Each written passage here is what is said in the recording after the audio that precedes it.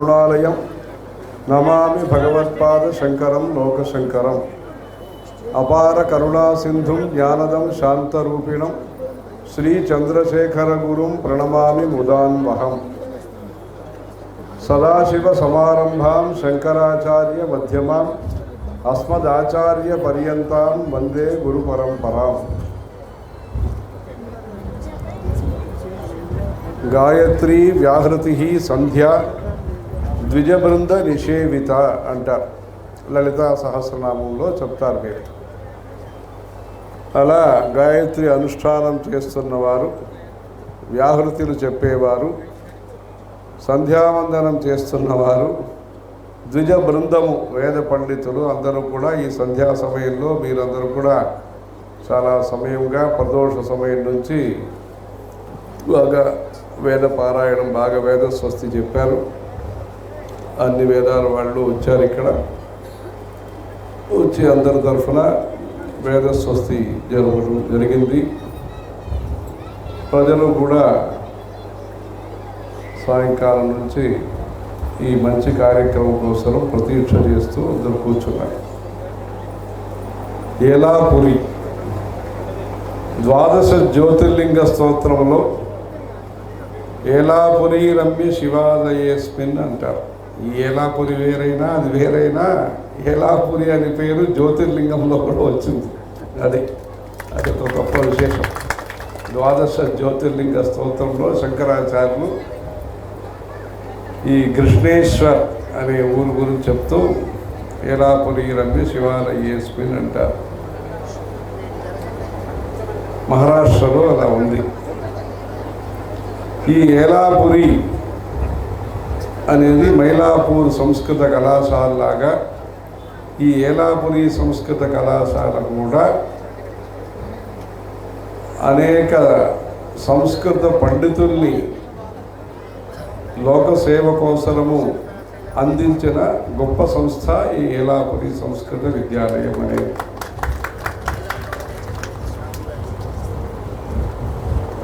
ఆ రోజుల్లో 1964, 65, 66 ఆ ప్రాంతంలో ఆ సమయంలో రామేశ్వరానికి పక్కన ఒక చిన్న గ్రామం, అంటే బస్సు కూడా ఎక్కువ రాదు, ఏకాంతంగా కొన్ని సంవత్సరాలు ఉండాలి, మన జయేంద్ర సరస్వతి స్వామివారికి విశేషమైన లోక పరిచయం, శాస్త్ర పరిచయాలు చేయాలనే ఒక ఉద్దేశంతో మన కంచి మహాస్వామి వారు అంటే కొన్ని రోజులు వారి ద్వారానే వీరు మాట్లాడతారు. ఏదైనా విషయం కంచి పెద్ద స్వామివారికి ఏదైనా విన్నపం చేయాలన్నా వారందరూ జయేంద్ర సరస్వతి స్వామివారి దగ్గరికి చెప్పాలి. వీరు వెళ్ళి అది మాట్లాడతారు. వారు ఏం సమాధానం చెప్తారో అది వీరు చెప్తారు. అలా వారు ఒక ప్రత్యేక పరిచయ ప్రణాళి కంచి మహాస్వామి వారు వారి యొక్క షష్ఠి పూర్తి సందర్భంలో స్వయం వీరికి భాష్యాది పాఠం చెప్తూ లోక పరిచయం చేసి ఇక్కడ నుంచి మండలిక వెంకటేశ్వర శాస్త్రి గారిని ప్రత్యేకంగా అక్కడికి పిలిపించి అక్కడే వారికి వసతులన్నీ ఏర్పాటు చేసి విష్ణుభట్ల సంరక్షణ ఘనాపాటి, సుబ్రహ్మణ్య సంరక్షణ ఘనాపాటి ముంబై వాస్తవ్యులు ఆయన్ని అక్కడికి రమ్మని చెప్పి ఆయన రామస్వామి శర్మ గారని ఒకరి దగ్గర ప్రాతిశాఖ్యం, వ్యాస శిక్ష ఇలాంటి లక్షణ పాఠాలన్నీ నేర్చుకుని వీరి దగ్గర మండలిక శాస్త్రి గారి దగ్గర శాస్త్రాలు నేర్చుకుని నిత్యము భాగవత ప్రవచనం తెలుగులో మన జయంత సరస్వతి స్వామివారి సమక్షంలో మండలిక శాస్త్రి గారు ప్రవచనం చేయటం, అది తర్వాత రోజుల్లో ఇక్కడికి వారు కంచి స్వామివారితో కలిసి 1967, 68, 69 ఆ సంవత్సరంలో ఆంధ్రదేశ పర్యటన సందర్భంగా వారికి తెలుగువారితో మంచిగా మాట్లాడడానికి అది అనుకూలమైంది. అంటే మండలిక శాస్త్రి గారు కంచి స్వామివారి యొక్క ఆంధ్రదేశ పర్యటనకి అక్కడి నుంచి వారు సేవ చేయటం అనేది జరిగింది. ముందే పూర్వాంగం అంటారు. వీరు ముఖ్యంగా హోమాలు పూజలన్నీ చేస్తున్నప్పుడు పూర్వాంగం అంటారు. అంటే ఆంధ్రదేశ పర్యటనకి ఆ ఎళయాత్తం గుడి అని ఒక గ్రామం, అక్కడ కంచి స్వామివారి యొక్క గురు పరమగురు పరమేష్ఠి గురువు గారి అధిష్టానం అక్కడ ఉన్నారు. 65వ పీఠాధిపతి గారు సుదర్శన మహాదేవేంద్ర సరస్వతి స్వామివారు. వారు ఆ రోజుల్లో 1885-86లో అక్కడి నుంచి తంజావూరు ప్రాంతం నుంచి ఇక్కడికి యాత్రగా విచ్చేసి విజయనగరంలో నవరాత్రి ఉత్సవాలు చేసి జగన్నాథపురి దర్శనం చేసుకుని అంత దూరం పర్యటన చేసినారు. ఆయన సుదర్శన మహాదేవేంద్ర సరస్వతి స్వామివారు. వారి యొక్క అధిష్టానం ఆ గ్రామంలో ఉన్నది. అక్కడే మన కంచి మహాస్వామి వారు మన జయేంద్ర సరస్వతి స్వామివారికి అంటే లౌకిక భాషలో చెప్పాలన్నా ట్రైనింగ్ అని ఇప్పించిన స్థలం అది. అలా మండలిక వెంకటేశ్వర శాస్త్రి గారు పండితులు మాత్రమే కాకుండా వారు చదువుకున్న చదువు ద్వారా ఆ శంకర తత్వం ఏదైతే ఉన్నదో వేదములు శాస్త్రములు అద్వైతము వీటిని మీలాంటి సాంసారిక జీవితంలో ఉండే గృహస్థుల మధ్యన అవగాహన జాగృతి శ్రద్ధ కలిగించడానికి కూడా సమాజ సేవ చేశారు. అంటే శాస్త్ర సమాజ సేవ. మహాపండితులు ఘనస్వస్తి చెప్తారు, శాస్త్రార్థాలు చెప్తారనేది విషయం వేరు. సమాజంలో నేడు ఏం అవసరము, సమాజం యొక్క పరిస్థితి ఏమి అని చూసి, అంటే ముందు రోజుల్లో ముంబైలో వెంకటేశ్వర దీక్షితులని ఒక పెద్ద పండితుడు, ఆయన ముంబైలో మాతుంగాలో ఒక శంకర మఠం కట్టించినారు. ఒక శాస్త్ర పండితుడు నిత్యము ప్రస్థానత్రయ భాష్య శాంతి పాఠం చెప్తూ లౌకికంగా ఆఫీసర్లు ఎవరు ఉన్నారో లౌకిక వృత్తిలో ఉన్నారో వారందరికీ కూడా సంస్కృతం అంటే ఏమి, శాస్త్రాలంటే ఏమి, సంస్కారం అంటే ఏమి, జాతకర్మ, నామకరణం, అన్నప్రాసనం, చౌళం, ఉపనయనం, సప్త సంస్థలు అంటే ఏమి, ఈ విషయాలన్నీ కూడా లౌకిక వైదిక అంటే లౌకిక వృత్తిలో ఉండేవాడు. వాళ్ళందరికీ కూడా మనం ఈ ధర్మాని కోసం పనిచేయాలి, మనం ఉద్యోగరీత్యా ఏదైనా పని చేస్తున్నా నిత్యం మడిగట్టుకుని ఏదో దేవతార్చన చేయాలి, శ్రీ విద్యా ఉపాసన చేయాలి, మనం గాయత్రి అనుష్ఠానం చేయాలి, వేద పండితులు, అగ్నిహోత్రులు, శాస్త్ర పండితులు వస్తే వారికి సత్కారం చేయాలి. సత్కారం అంటే ద్రవ్యం, సాల్వ ఇవి ఇచ్చేది ఒకటి. వారి ఇంటికి వస్తారు, స్వహస్తం చేసుకుంటారు, అక్కడ వసతిగా ఉండాలంటే దానికి కూడా మనం అనుకూలంగా ఉండి వారికి మనం సౌకర్యాలు కల్పించాలి.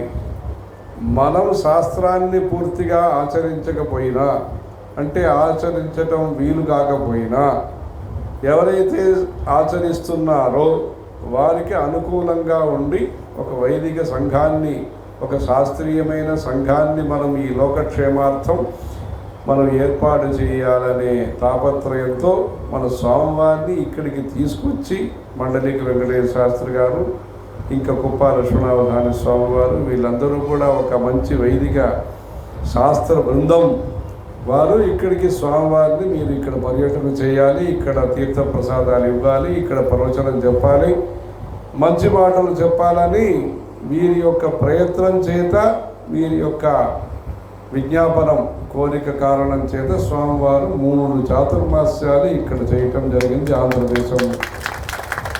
అలా సమాజ సేవ అనేది అందరూ చేయాలి.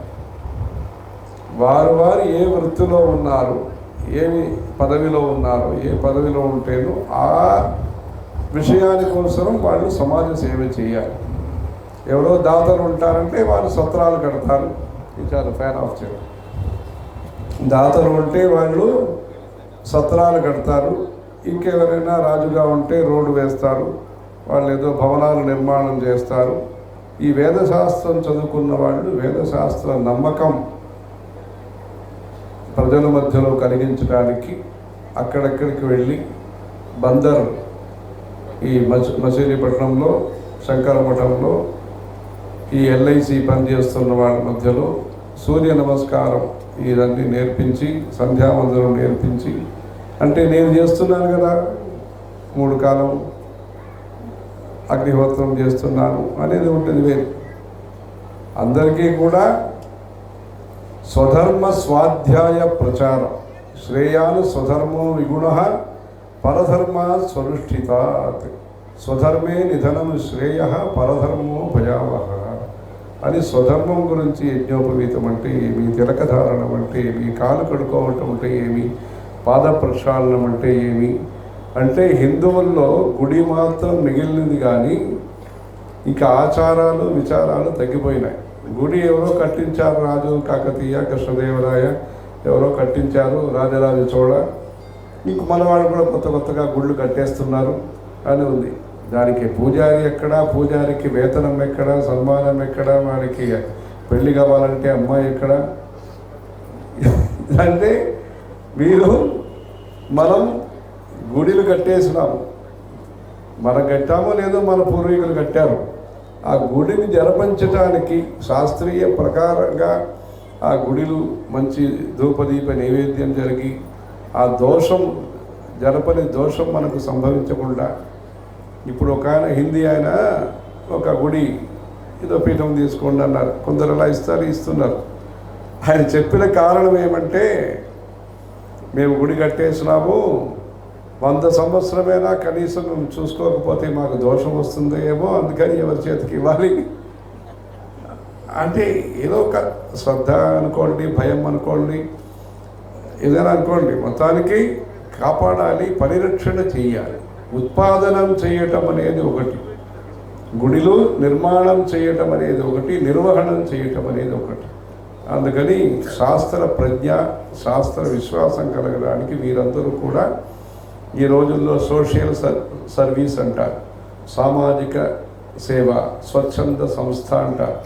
అలా శాస్త్ర పరిరక్షణానికి స్వచ్ఛంద అంటే వారి ఇష్ట ప్రకారం చేయలేదు. స్వచ్ఛందం అంటే శాస్త్ర పరిధిలో సేవ చేసిన వాళ్ళు ఇలాంటి వాళ్ళు, మండలిక శాస్త్రి గారు, కుప్ప లక్ష్మణావధాన స్వామి, అనేక వారి అన్నయ్య ఆంజనేయ శాస్త్రి, అలాంటి వాళ్ళు మన స్వామివారి దగ్గర ఉండే భక్తి శ్రద్ధ కారణం చేత వారి పద విన్యాసం ఇక్కడికి వస్తే మంచిదని ఒక అభిప్రాయంతో ఇక్కడికి వస్తే స్వామివారి కాళహస్తి, విజయవాడ, సెకండ్రాబాదు పుష్కరాలు 1967, 66లో గోదావరి పుష్కరం, కృష్ణా పుష్కరం, ఇవన్నీ స్నానం చేసి రాజమండ్రి, విజయవాడలో స్నానం చేశారు. వ్యాసభారత శిల్పకళా సదస్సు అని ఒక సదస్సు నిర్వహణ చేశారు. ఆ సమయంలో థాయిలాండ్ నుంచి కూడా రాజగురువులు రావటం విజయవాడకి, వామదేవ ముని అని పేరు. అక్కడ రాజగురువులు ఉంటారు, వశిష్ఠ గోత్రం. థాయిలాండ్ ప్యాలెస్లో ఒక 10-15 ఈ బ్రాహ్మణులు ఉంటారు, రాజగురువులు అంటారు వారిని. వాళ్ళు ఎక్కడో ఇక్కడి నుంచి వెళ్ళిన వారు, కంచి నుంచి వెళ్ళారని చెప్తారు. కొందరు అక్కడికి ఇప్పుడు వస్తూ ఉంటారు. వాళ్ళందరూ అక్కడ జుట్టు పెట్టుకుని ఆ ప్యాలెస్లో వాళ్ళకి ఏదో సన్మానాలు చేస్తారు. సంక్రాంతి సందర్భంలో ఆ మహారాజు ఏదో వ్యవసాయం సేద్యం అది మొదలు పెడతారు. అప్పుడు వీళ్ళు కలశ తీర్థం, ఈ రాజగురువులు కలశ తీర్థం ప్రోక్షణ చేస్తారు. ఆ రాజుకి పట్టాభిషేకం జరిగినప్పుడు వీళ్ళు ఏదో కొన్ని మంత్రాలు, శ్లోకాలు అలా చెప్తారు. అలా కంబోడియా దేశంలో కూడా కొందరు రాజు గురువులని ఉన్నారు ఈ రోజుకి. వాళ్ళు ఎక్కడి నుంచి వెళ్ళిన వాళ్ళో తెలియదు, ఎవరో మంతా అన్నారు, ఆంధ్ర నుంచి వెళ్ళారో ఏదో తెలియదు. మొత్తానికి వాళ్ళకి భాషతో ఏమీ ఈరోజు సంబంధం లేదు, పిలక పెట్టుకుంటారు, కచ్చం కట్టుకుంటారు, అలా ఉంది అది. వాళ్ళని ఇక్కడ భారతదేశం ఇక్కడికి తీసుకొచ్చి ఇవన్నీ చూపించాలని కొన్ని ఆలోచనలు జరుగుతున్నాయి. ఎన్నో తరాలు అయిపోయింది వాళ్ళు అక్కడికి వెళ్ళి. ఆ కంబోడియా దేశంలో కూడా ఆ మహారాజుకి పట్టాభిషేకం చేస్తున్నప్పుడు ఇప్పుడు ఒక మహారాజు ఉన్నారు, ఆయన కూడా సంస్కృతం శిఖామణి అని పేరు, కింగ్ శిఖామణి. ఆ రాజుకి శిఖామణి అని పేరు, సంస్కృత పేరే ఉంది ఆయనకి. ఆ పట్టాభిషేకం చేసినప్పుడు తిలకధారణం అంటే చందనం ఏదో పెడతారు ఈ రాజగురు, శంఖతీర్థం ఇస్తారు ఆయనకి, బిల్లపత్రి మారేడు పత్రం ఇస్తే ఆయన చెవిలో పెట్టుకుంటాడు. ఈ భారతదేశంలో ఉండే ఆచారం ప్రసాదాన్ని గౌరవించాలి అనే ఆచారం అక్కడ ఉంది. అలా మన దేశం యొక్క సంస్కృతి అనేది ఆ రోజుల్లో విస్తారంగా కాంబోజ్ దేశం అన్ని దేశంలో ప్రచారం చేశారు. అక్కడ సంస్కృతంలో శిలాలేఖం ఉన్నది, ఇన్స్క్రిప్షన్. అక్కడ ఎంత నైవేద్యం చేయాలి, ఎంత వక్కలు పెట్టాలి, తాంబూలం ఎంత పెట్టాలి, శాస్త్ర ప్రచారం, ఇవన్నీ గురించి చెప్పినారు. అశ్వత్థం, బ్రహ్మమూల, శివస్కంధ, విష్ణు శాఖ, సనాతన, వృక్షరాజ నమస్తుభ్యం, సర్వాశ్రయ ఫలప్రద అని ఎవరెవరు ఆశ్రయం చేస్తారో, ఎవరెవరు ప్రదక్షిణ చేస్తారో, ఎవరు రావి చెట్టుని పూజిస్తారో అందరికీ మంచిది కలుగుతుందని శ్లోకం ఆ కంబోడియా దేశంలో. సర్వాశ్రయ ఫలప్రద, బ్రహ్మమూల, శివస్కంధ, విష్ణుశాఖ, సనాతన, వృక్షరాజ నమస్తుభ్యం, సర్వాశ్రయ ఫలప్రద.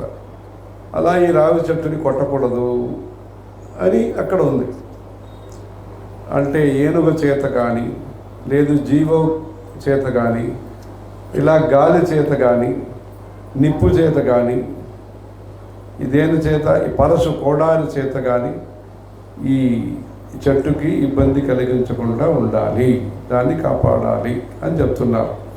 దానికి మాత్వాశని, మా పరశు, మా అనిల, మా హుతాశన, మా రాజా, మా గజ క్రుద్ధ వినాశం ఉపదేశ్యతి. ఎవరి చేత కూడా దానికి ఇబ్బంది రాకూడదు అని చెప్పి అంత. వృక్షం అంటే ఈరోజు ఎన్విరాన్మెంట్ అంటారు, పర్యావరణం అని. దానికోసం ఒక పుస్తకం ఇప్పుడు తయారై సిద్ధంగా ఉన్నది తెలుగులో. అది చాతుర్మాస సందర్భంలో అది ఆవిష్కరణ చేస్తాము.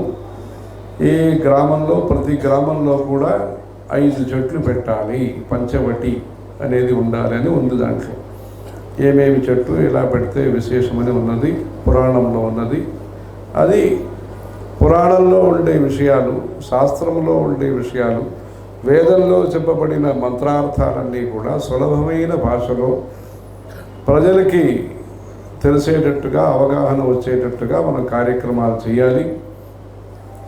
గౌరవించటం అనేది ఆ రోజుల్లో మా తాతగారు చేశారు, నేను చెయ్యాలి, ఏం ప్రశ్న ఏం లేదు, ఇది మా ఇంటి ఆచారం, మనం చేయాలి.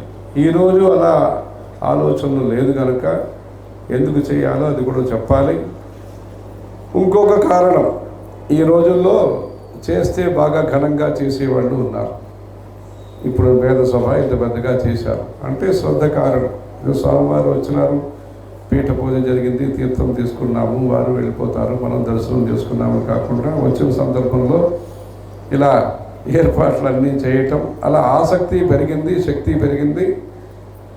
కానీ సందేహాలు పెరిగినాయి. దానికని సందేహ నివృత్తి కోసము వేద సప్తాహం అనే ఒక కార్యక్రమం అక్కడ చేస్తున్నాం. వేద విద్యార్థులందరినీ పిలిపించి వీళ్ళందరూ కూడా ఎందుకోసం వేదం నేర్చుకుంటున్నారు, వేదం నేర్చుకుని వాళ్ళు ధర్మానికి, సమాజానికి, దేశానికి ఏం సమాజ సేవ వాళ్ళు చేయగలుగుతారనే ఒక స్పష్టత వారి మనసులో కలగాలి. ముందు వారు చదువుతున్న వాళ్ళ మధ్యలో వారికి శ్రద్ధ, అంటే బీకామ్ చదువుతున్నాను, ఇంజనీరింగ్ చదువుతున్నాను, ఎంబీబీఎస్ చదువుతున్నాను, ఎంబీఏ చదువుతున్నాను అంటే ఒక గౌరవం కానీ, ఒక సంపాదన కానీ, ఇవన్నీ మనం చూస్తున్నాం. సమాజం నుంచి ఆదరణ పెరగాలి. వాళ్ళు చదువుకునే వాళ్ళు 50 మందేనా, సమాజంలో వీరు చేస్తున్న మంచి కార్యక్రమాన్ని గుర్తించి వీరికి తోడుగా ఉండేటట్టుగా మనం సాంసారిక జీవితంలో ఉండే వారిని మనం ప్రబోధన చేయాలి. దానికోసమే Vedic middle class, economic middle class అని చూస్తున్నాం. అంటే బీపీఎల్, బిలో పావర్టీ లైన్ అని చూస్తాం. మరి పేదవాళ్ళు ఎకనామిక్ మిడిల్ క్లాస్, మధ్యవర్గం అంటారు. అలా వేదశాస్త్రంలో కూడా ఒక మధ్యవర్గం అవసరమైంది. కనాపాటి, శిరోమణి, చతుశాస్త్ర పండితులు అని మంచిదే. తర్వాత ఏమి తెలియని వాళ్ళంటే మధ్యలో అనుసంధానం చేయటానికి, సేతుబంధం చేయటానికి నిత్యం దేవతార్చన చేస్తున్న కొందరైనా మనం తయారు చేస్తే ఇంకా ధర్మ ప్రచారం సులభంగా ఉంటుంది. దానికోసము అంశకాలీన వేద విద్యా Yojana, part time Vedic education system అని ఈ సంస్కృత భాష ప్రచారం మళ్ళా చేయించాలి.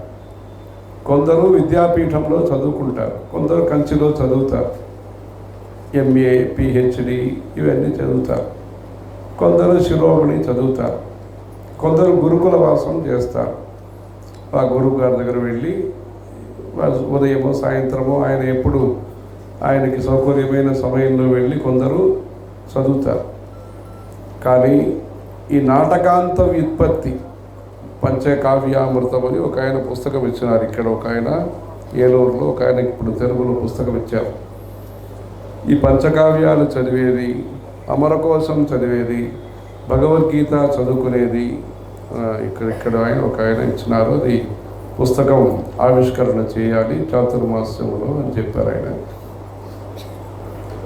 అలా శాస్త్ర వ్యుత్పత్తి, వారు ఒక సుందరకాండ పారాయణం చేయాలన్నా, ఒక భగవద్గీత పారాయణం చేయాలన్నా ఎక్కడ పులి స్టాప్, కమా ఎక్కడ పెట్టాలి, ఎక్కడ పదచ్ఛేదం ఎలా చేయాలి, ఇదాని తన మానుషి, అలా కాకుండా మొత్తానికి ఎక్కడ పదం, సమన్వయం, ఆకాంక్ష ఇవన్నీ చెప్పటానికి మనం ఒక ప్రవేశ పరీక్ష అంటారు. అలా వేద పాఠశాలలో చదువుతున్న వాళ్ళందరికీ కూడా ఈరోజు ఈ సంస్కృత పాఠం అనేది అవసరమైనది, ఉపయోగకరమైనది. అడుగుతారు, ఇన్ని రోజులుగా చదువుతున్నారు, సత్యనారాయణ పూజ చేసేదానికి అవుతుందా, లేదు వరలక్ష్మి వ్రతం చేయిస్తారా అంటే ప్రజల్లో ఉండేది వీళ్ళు ఎంత వల్లిస్తున్నారు, ఎంత పదం చెప్తున్నారు, క్రమం జటా వల్లిస్తున్నారు అనే విషయం వీళ్ళకి తెలుసు. కానీ ప్రజల మధ్య నుంచి 4 సంవత్సరాలు అయిందండి, 5 సంవత్సరం అయింది, ఇంకా ఏదో ఘనం ఏదో చదువుతున్నారు, ఏదో పదం చదువుతున్నారు, అశీతి ద్వయం అయిందంటున్నారు, ఇంకా 4 సంవత్సరాలు అవుతుందంటారు, ఎప్పుడు పట్టా వస్తుంది, ఎప్పుడు అంటారు, పట్టా వచ్చిన తర్వాత ఇంటర్వ్యూ ఎప్పుడు వస్తుందని, తర్వాత అది ఆ విషయాలు అది కూడా అప్పుడప్పుడు చేసేస్తే బాగుంటుంది. అక్కడక్కడ వాళ్ళు ఒక ఉపాధి కల్పన అనేది వెంటనే చేసేస్తే వారికి కుటుంబ యోగక్షేమానికి అది అనుకూలంగా ఉంటుంది, ధైర్యంగా కూడా ఉంటారు వాళ్ళు.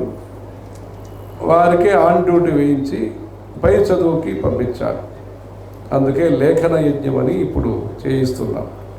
పాఠశాలలో చదువుతున్న వాళ్ళందరికీ కూడా భగవద్గీత లేఖనం, తర్క సంగ్రహ లేఖనం, రామోదంత లేఖనం, ఒక్కొక్క శాస్త్రంలో కూడా ఒక పరిచయం ఇస్తే వేదం పూర్తి చేసుకున్న తర్వాత శ్రౌతం కానీ, లక్షణం కానీ, ఇంకా శాస్త్ర అధ్యయనం కానీ, భాష్యాది అధ్యయనం కానీ వారు చేయటానికి అనుకూలంగా వేదానికి సంస్కృత భాషకి ఒక సంబంధం మొదట్లో మనం ప్రారంభించాలి. అంటే ఇది సంస్కృత పాఠశాల కనుక ఇవన్నీ చెప్పడం జరుగుతుంది. అందుకని ఇప్పుడు వేద స్మార్త ప్రయోగం ఇక్కడ నేర్పిస్తున్నారు. మంచి విషయమే అది. అంటే జోసఫ్ లక్ష్మణ శాస్త్రి గారు దీనికోసం చాలా పాటుపడి ఈ భవనానికి అంతా బాగా వీళ్ళతో అంతా కలిసి వచ్చి ఈ కమిటీ సభ్యులతో సహా అనేక వారం అక్కడికి అప్పుడప్పుడు వస్తూ చక్రధుని అందరితో కలిసి వచ్చి దీనికోసము, అంటే పూర్వ విద్యార్థి అయినా దీనికోసం వికాసం కోసం బాగా పనిచేశారు. ఇప్పుడు వాళ్ళ అబ్బాయిల్ని కూడా వీళ్ళందరూ కలుపుకొని చేస్తున్నారు. స్మార్థం కూడా అవసరం. ఇప్పుడు సిలబస్సులో చెప్తున్నాం, అంటే స్మార్థ ప్రయోగం చదువుకునే వాళ్ళు కూడా మల్టీ డిసిప్లిన్ అంటారు వీళ్ళు, మల్టీ స్కిల్ అంటారు, అనేక విద్యలు తెలిసి ఉండాలంటారు. అలా సింగిల్ విండో సిస్టమ్ అంటారు ఈ ఆఫీసర్. ఒక ఆఫీసర్ దగ్గరే అన్నీ క్లియర్ చేస్తారు వాళ్ళు. అలా ఈ స్మార్థం చదువుతున్న వాళ్ళు ధర్మశాస్త్రం చదువుకోవాలి. ఇప్పుడు ధర్మశాస్త్ర పుస్తకం ఇక్కడ ఏలూరు నుంచి ఒక ఆవిడ తర్జుమా చేసి ఇచ్చినారు. అంటే కంచికి అప్పుడప్పుడు వస్తుంటారు ఆవిడ. అరవంలో ఆ పుస్తకం ఉంటే తెలుగులో తర్జుమా చేయమన్నాము. సంక్షేప ధర్మశాస్త్రం అని ఒక పుస్తకం. అది కంచి పెద్దస్వామి వారు 50 పైసలకు ఇవ్వమన్నారు. శ్రీ చంద్రమౌళీశ్వర ప్రసాదము 50 పైసలని ఇవ్వమన్నారు. అది ఎందుకంటే ఉచితంగా ఇస్తే అది గౌరవిస్తారో గుర్తు ఉంటుందో తెలియదు, అలా తీసి చదువుతారో లేదో. అందుకని ధర్మశాస్త్రం మనం ప్రచారం చేయాలి.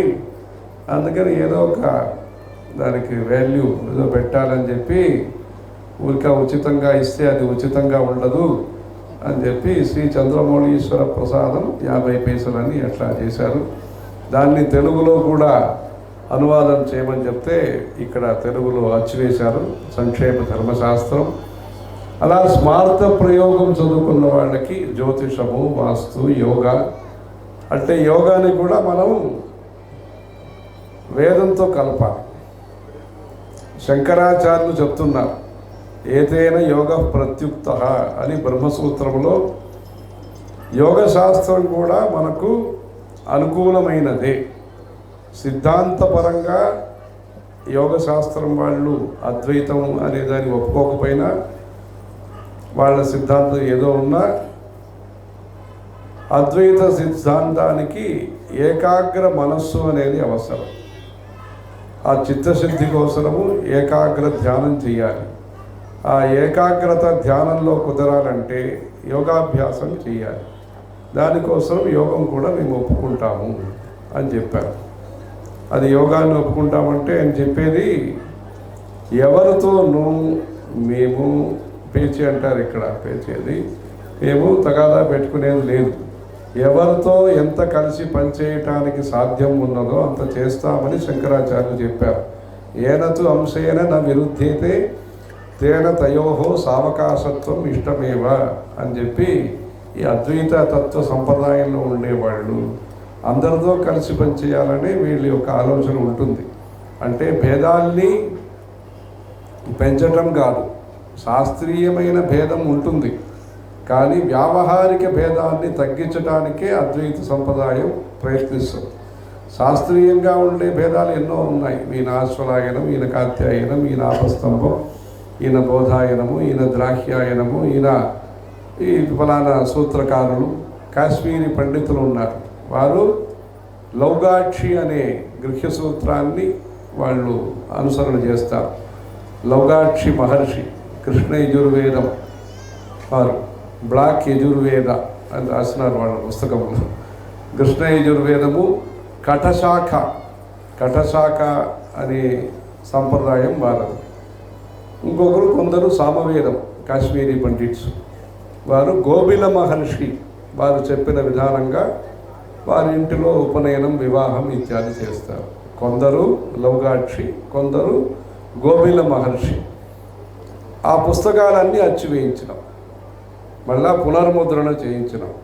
100 సంవత్సరాల ముందు, అంటే డాక్టర్ కరణ్ సింగ్, ఆయన యొక్క తండ్రి గారు హరిసింగ్ అని, దానికి ముందు ప్రతాప్ సింగ్ అని ఒక ఆయన పరిపాలన చేశారు కాశ్మీర్లో. అప్పుడు ఆ సందర్భంలో పండిట్ విశ్వనాథ శర్మ అని ఒక ఆయన దేవనాగరి లిపిలో కొన్ని స్మార్త ప్రయోగం వచ్చివేశారు. దాన్ని మళ్ళా పునర్ముద్రణం చేయించడం. అందుకని కాశ్మీరీ పండితుల యొక్క భాష, సంస్కృతి, సదాచారాన్ని అన్నది కూడా ఇప్పుడు వాళ్ళ మధ్యలో ప్రచారం చేయటం అనేది కంచపీఠం తరఫున జరుగుతున్నది. దానికోసమే 10 సంవత్సరాల ముందు మన జయంతి సరస్వతి స్వామి వారు స్వయం ఆ శ్రీనగర్కు వెళ్ళి, శంకరాచార్య హిల్లు వెళ్ళి అక్కడ శివుడికి అభిషేకం చేసి వచ్చారు. కాశ్మీర్లో అక్కడ కొండపైన వెళ్ళి చేసి వచ్చారు. అలా ఈ కాశ్మీర్లో ఉండే సత్సంప్రదాయాలు, అమర్నాథ్ యాత్ర అమర్నాథ్ యాత్ర అనేది 22 తీర్థాల్లో స్నానం చేసి దాన ధర్మం చేసి చేయవలసిన పద్ధతి. ఎలా కాశీ యాత్రకని ఒక సంప్రదాయం ఉన్నదో, ఒక పద్ధతి ఉన్నదో, అలా అమర్నాథ్ యాత్ర అనేది కూడా శాస్త్రీయంగా మనం చేయాల్సింది. లంబోదర అని ఒక నది కూడా ఉంది అక్కడ. అది ఇంకొకటి నీలమత పురాణం అని కాశ్మీర్ గురించి ఉంది. మహాభారత యుద్ధం జరిగినప్పుడు కౌరవులు పాండవులు యుద్ధం చేసినప్పుడు ఈ కాశ్మీర్ మహారాజు దాంట్లో కలుసుకోలేదు. ఈ పక్షంలో లేదు, ఆ పక్షంలో లేదు. ఏదో విచిత్రం, పురాణ కాలం నుంచే ఏదో విచిత్రాలు అదే ప్రారంభమవుతుంది. ఆ నీలమత పురాణంలో కాశ్మీర్ మహారాజు పాల్గొలేదు, ఎందుకు ఆయన కలుసుకోలేదు అనేది వస్తుంది. అంటే ఏదో బిడ్డ పుట్టే సందర్భం ఏదో అది కలుసుకోలేదు, ఏదో వస్తుంది దాంట్లో. మొత్తానికి ఆ నీలమత పురాణం ప్రచారం చేస్తున్నాము. రాజతరంగిణి అని ఒక పుస్తకం. ఆ రాజతరంగిణిలో కాశ్మీర్లో ఎవరెవరు రాజులు పరిపాలన చేశారు, ఏమి గుడి కట్టారు, ఈ వివరాలన్నీ ఉన్నాయి. అందుకని కాశ్యప భూమి అయిన కాశ్మీరం గురించి సంస్కృత భాషలో ఈ పుస్తకం ఉన్నాయి కనుక మనకు ఈరోజు ఆంధ్రదేశం వాళ్ళు, అన్ని ప్రదేశం వాళ్ళు దాన్ని తెలుసుకునేదానికి అవుతుంది. సంస్కృతం చదువుకుంటే ఏమి లాభం అంటే, ఉద్యోగాలు వస్తాయా ఏమంటే, మన దేశ చరిత్రని మనం తెలుసుకోవచ్చు, మన ధర్మం యొక్క వివరాల్ని మనం తెలుసుకోవచ్చు. ట్రాన్స్లేషన్ చేసి ఇంగ్లీష్లో అనేక పుస్తకాలు ఉన్నా ఆ భావం తెలియాలంటే ఆ మూల గ్రంథాన్ని మనం చదవాలి. అందుకని ఈ మన దేశం యొక్క చరిత్రము, ఇతిహాసం చదువుకోవటానికి సంస్కృత భాషని మనం ఇంకా ప్రచారం చేయాలి. దానికి వేద పాఠశాల మధ్యలో ఈ సంస్కృత ప్రవేశం అని, ఇప్పుడు గణపాఠి చదువుతారంటే, జట గణం వల్లిస్తారంటే వారు చిత్తూరు సంస్కృత భాషా ప్రచారణీ సభ పరిచయ అభిజ్ఞ ఈ పరీక్షలు పాస్ చేయాలని పెట్టాం. అంటే ఇది కొత్త విషయమే, ఇది మాకెందుకు గణానికి ఏం సంబంధం లేదనేది కాదు. అంటే రేపు స్వయం ఉపాధి కల్పించాలి. వేద పండితులకి స్వయం ఉపాధి కల్పితం అనేది కూడా ఒకటి చేయాలి. అంటే అవసరాన్ని బట్టి అది ఉపయోగపడుతుంది. విద్య ఎక్కువ ఉంటే మంచిదే. రెండవది ధర్మ ప్రచారం ఈరోజు అవసరం. అందరూ తెలుసుకోవాలంటారు, పురాణంలో ఏముందండి, ధర్మశాస్త్రం ఏం చెప్తుంది, ధర్మ సందేహాలు ఉన్నాయి, చెప్పేవాళ్ళు లేదు, చెప్పేవాళ్ళకి సందేహం ఉండే వాళ్ళకి సంబంధం లేదు. మేమేదో నడిచి వస్తున్నాం, నగరి పుత్తూరు పక్కన నడిచి వస్తుంటే కుంకుమం విభూతి మన ప్రసాదం ఇస్తారు శిష్యులు. ఎవరో పరిగెత్తి వచ్చి అడిగారు, మా ఆవు దూడ కనిందండి కమల పిల్లలది, అది దోషమా, ప్రాయశ్చిత్తం, పరిహారం చేయాలా అని. అంటే ఎన్ని రోజులుగా ఇది అడగాలనుకున్నారో తెలియదు. ఎవరో ఒక పంతులు చూస్తే వాళ్ళు అది అడగాలనుకుంటారు. అంటే ఈ పంతులకి శాస్త్ర సంబంధం ఉండాలి, సమాజంతో సంబంధం ఉండాలి, సమాజానికి పంతులతో సంబంధం ఉండాలి. అది విడివిడిగా ఉంటే డిస్కనెక్ట్ అయిపోతుంది, దానికి సంబంధం పోతుంది. అందుకని శాస్త్రం అనేది ప్రజల కోసం వచ్చిన విషయం. తస్మాత్ శాస్త్రం ప్రమాణంతే కార్యాకార్యం వ్యవస్థితం జ్ఞాత్వా శాస్త్ర విధానోక్తం కర్మకర్తు నిహార్హసి. మనం ఇది చేయవచ్చు, ఇది చేయరాదు అనే విషయానికి నిర్ణాయకంగా డిసైడింగ్ ఫ్యాక్టర్, తీర్మానం చేసేది ఏదంటే శాస్త్రం. శాస్త్రం చెప్తే చేయవచ్చు. వచనాత్ ప్రవృత్తి, వచనాత్ నివృత్తి. అంటే దానికి రెండు అర్థం. వచనం అంటే చెప్పి ఉన్నది, అంటే సత్యం వద, ధర్మం చర, మాతృదేవో భవ, పితృదేవో భవ, ఆచార్య దేవో భవ, అతిథి దేవో భవ, శ్రద్ధయా దేయం, అశ్రద్ధయా దేయం, హ్రియా దేయం, భియా దేయం, సంవిదా దేయం. దానం చేయండి, సిగ్గుతో చేయండి. భియా దేయం, దోషం వచ్చేస్తుందో ఏమో అనుకుని చేయండి. అశ్రద్ధయా దేయం. అశ్రద్ధయా దేయం అంటే దానికి రెండు అర్థాలు. అశ్రద్ధయా అదేయం అని ఒక అర్థం.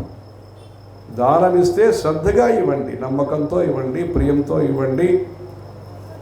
ఈ దేశంలో ఎవరు దానం పుచ్చుకుంటారో వారిని నమస్కారం చేసి వాళ్ళకి మాల ఇవన్నీ ఇచ్చి గౌరవిస్తూ దానం ఇస్తారు. పట్టుకోండి ఇలా అని కాదు, అది గౌరవం ప్రియం అని ఉంటుంది. నమస్కారం చేసి దానం ఇస్తారు. ఈ దేశం యొక్క ఆచారం అది. అశ్రద్ధయా అధేయం, శ్రద్ధ లేకపోతే ఇవ్వకండి అనేది ఒక అర్థం. ఇంకొక అర్థం ఏమంటే అశ్రద్ధయావాపి దేయం, శ్రద్ధ ఉన్నదో లేదో ఇవ్వండి, మొత్తానికి దానం చేయండి. ఎంఫసైజు దేయం అనే దాంట్లో వాళ్ళు గట్టిగా చెప్తున్నారు. అలా మన ఉపనిషత్తు సందేశాన్ని ప్రజల మధ్యలో చెప్పడానికి సంస్కృత భాష అనేది అత్యవసరము. మన భారతీయ భాషల్లో తెలుగు, కన్నడము, మలయాళము, తమిళం ఏది కానీ ఈ భాషలన్నింటిలో కూడా 20% కానీ 30% కానీ, మలయాళం తీసుకుంటే ఇంకా 40% కానీ వాళ్ళు సంస్కృత పదాన్ని వాడుతున్నారు.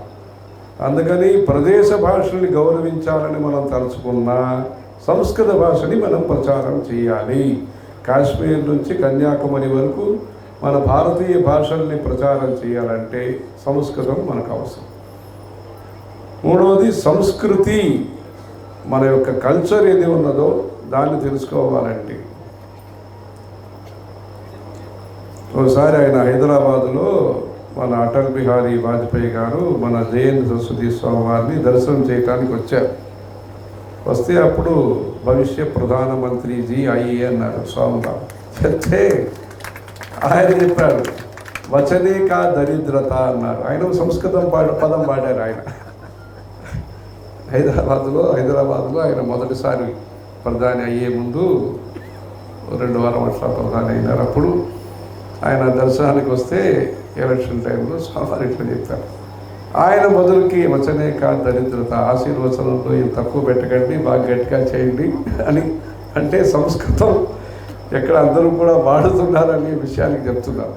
అందుకని ఈ సంస్కృత భాష అనేది మనకు భక్తి కోసమే కాదు, లోక నిర్వహణం, విదుర నీతి, అర్థశాస్త్రము, ఆయుర్వేదము, జ్యోతిషము, అంతరిక్ష శాస్త్రము, వరాహమిహిరులు, యోగశాస్త్రము, ఇంకా అనేక విద్యలు, అనేక ఉపాసనా మార్గములు, అశ్వవిద్య, సరస్వతి మహల్ లైబ్రరీలో గుర్రాల్ని ఎలా పోషించాలి అని పుస్తకం ఉంది. గజ విద్య, ఏనుగుల్ని ఎలా పోషించాలి సంస్కృతంలో ఉందండి. సంస్కృత భాష అనేది ఏదో ఉపాసన కోసము, బ్రహ్మజ్ఞానం కోసం ఉన్నది. మనకి లోక వ్యవహారానికి ఏం సంబంధం లేదనేది కాదు. ఆ సంస్కృత భాషలో మంత్రశాస్త్రము ఉన్నది, మహావాక్యములు ఉన్నాయి, సామాన్య ప్రజలకు అందించే నీతి శాస్త్రం, సుభాషితం ఉన్నది. అందుకని సమగ్ర వికాసం కలిగించే భాష సంస్కృత భాష.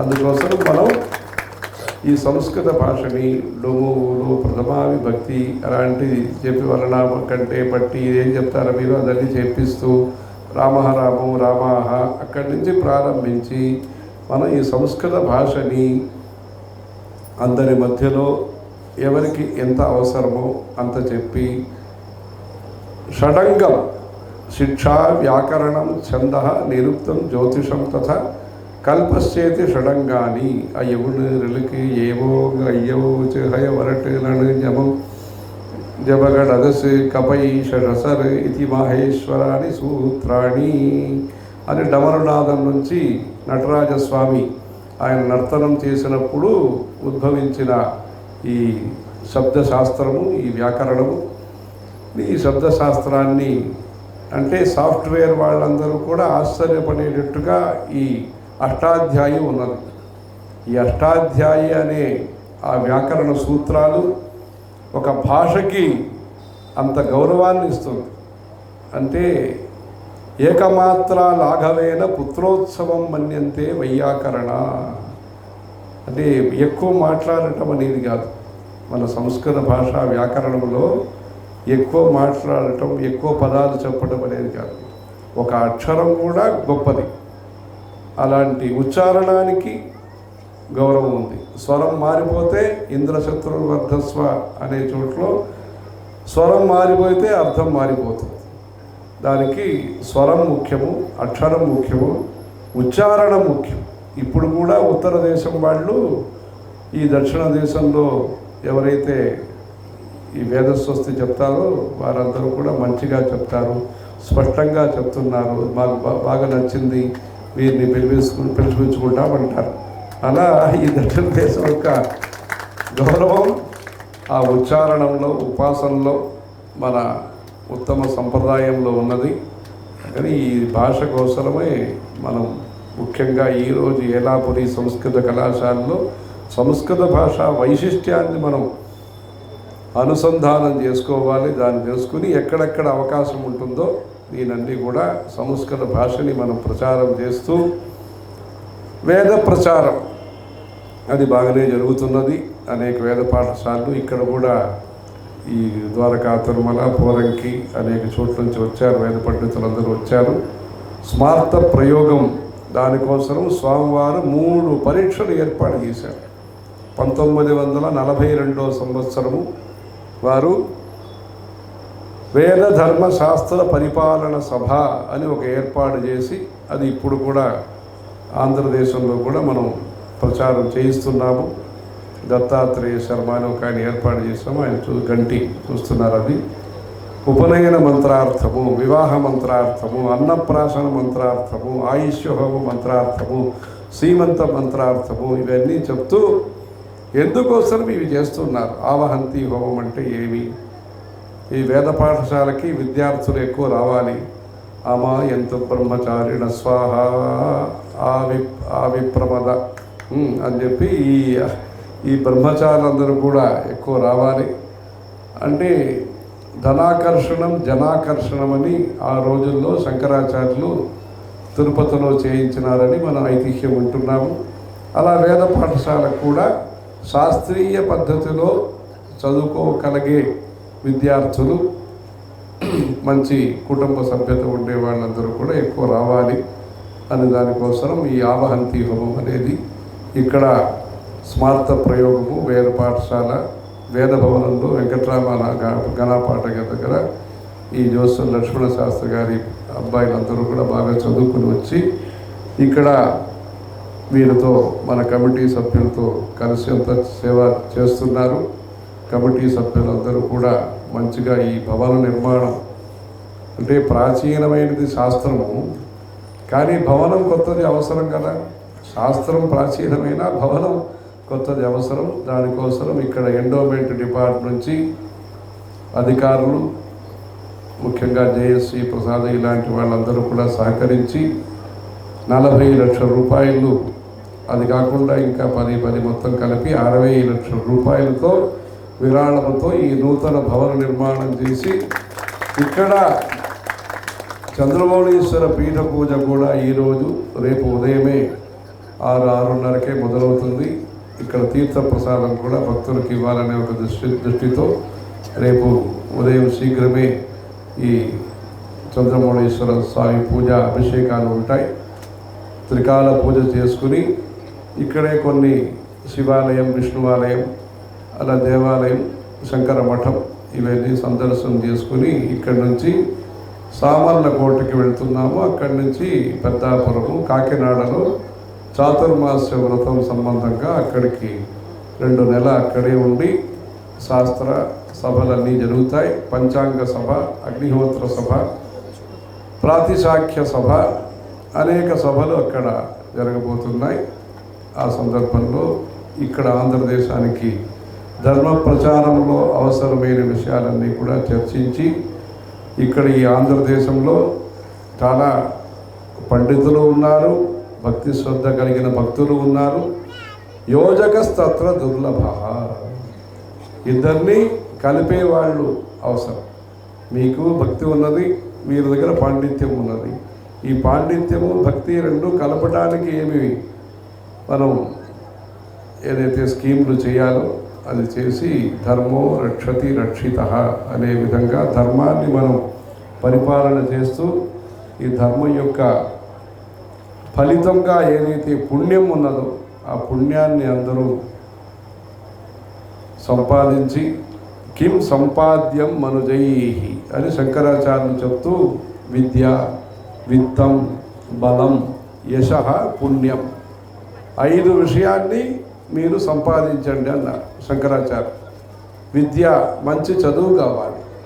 విత్తం, కుటుంబ భరణం కోసము మంచి వసతులు కావాలి. వాహన వసతి, అష్టలక్ష్మి ఐశ్వర్యం కలగాలి. మంచి స్నేహితులు, మంచి సంతానము, అన్ని మంచిదిగా మనకు లభించాలి. విద్య, విత్తం. బలం, మంచి ఆయుస్సు, దీర్ఘాయుస్సు, అందరికీ మంచి ఆరోగ్యం కలగాలి. బలం. యశః, మంచి పేరు.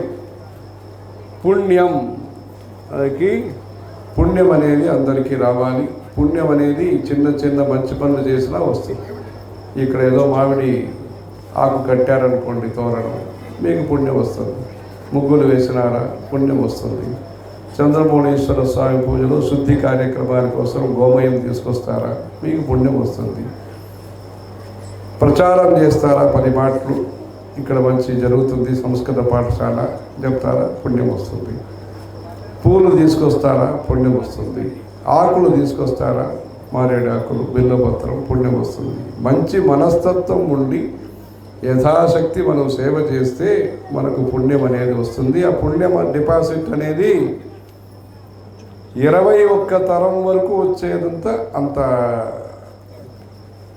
ప్రాశస్త్యం ఉన్నది. ఇంకా మరి జ్ఞాన మార్గానికి మీరు వచ్చినారనుకోండి, దశ పూర్వాలు దశావర అని చెప్తూ ఈ పుణ్యం అనేది భూమి దానం చేస్తే 7 తరాలకి పుణ్యం, గోదానం చేస్తే 7 తరాలకి పుణ్యం, బంగారం మీరు ఇస్తే 7 తరాలకి పుణ్యం. అలా హాటక క్షితి గౌరీణాం 7 జన్మానుగం ఫలం. అందుకే మహారాజుల కాలంలో భూమి దానం చేసినారు. కృష్ణదేవరాయలు అక్కడ హంపి నుంచి కంచి పక్కన ఒక గ్రామాన్ని మన కంచి స్వామివారికి 500 సంవత్సరాల ముందు ఉన్న కంచి స్వామివారికి అంకితం చేసినారు. ఒక గ్రహణ కాలంలో, చంద్రగ్రహణం అలాంటి గ్రహణ, రాహుగ్రస్తము కేతుగ్రస్త సమయంలో ఆయన ఫలానా రోజు తపస్విగా ఉండే రుద్రాక్షం ధరించిన, విభూతి ధరించిన తపస్వి అయిన ఈ ఫలానా మహాత్ములకి ఈ గ్రామాన్ని సమర్పితం చేస్తున్నానని చేశాడు. చేస్తే అక్కడ నుంచి ఒక స్వామివారు ఆ ఊళ్ళో పుట్టాడు. ఏ గ్రామాన్ని కృష్ణదేవరాయలు దానం చేసినారో ఆ గ్రామం నుంచి ఒక స్వామి 66వ పీఠాధిపతి ఆయన శ్రీ చంద్రశేఖరేంద్ర సరస్వతి అని పుట్టారు. ఆయన పేరే మన కంచి మహాస్వామి వారికి. ఆయన ఆ చంద్రశేఖరేంద్ర సరస్వతి స్వామివారే వీరు మన కంచి స్వామివారు 10 వయసుగా ఉన్నప్పుడు వారి సందర్శనం కోసం నడిచి వెళ్ళేవారు. ఒక తెలుగు బ్రాహ్మడు ఒక ఆయన క్లాస్మేటు ఆయన అక్కడ ఉంటే పాండిచేరి పక్కన చాతుర్మాస్యం 1904వ సంవత్సరం, అంటే స్వామివారి సన్యాసం అనేది 1907వ సంవత్సరము. 3 సంవత్సరాల ముందే వారు 10 వయసుగా ఉండేటప్పుడే వీరికి గురుభక్తి. ఆ చంద్రశేఖరేంద్ర సరస్వతి స్వామి వారిని సందర్శనం చేసుకోవాలని వారి పేరే వీరికి ఆ కాలంలో అలా పెడతారు. తాతగారి పేరు, నాన్నగారి పేరు అలా పెడతారు. అది అలా ఈ దానం యొక్క ప్రాశస్త్యం అనేది గొప్పదిగా ఉంటుంది. అందుకని అందరూ కూడా ఇక్కడ విద్యాదానం చేస్తున్నారు. వీళ్ళు ఇక్కడ విద్యాదానం చేస్తున్నారు. విద్యాలయానికి ఏం దానం చేయాలో అది మీరందరూ కూడా చేస్తూ ధర్మాన్ని కాపాడి సర్వే భవంతు సుఖినః, సర్వే సంతు నిరామయాః, సర్వే భద్రాణి పశ్యంతు, మా కశ్చిత్ దుఃఖభాగ్ భవేత్. హర హర శంకర, జయ జయ శంకర.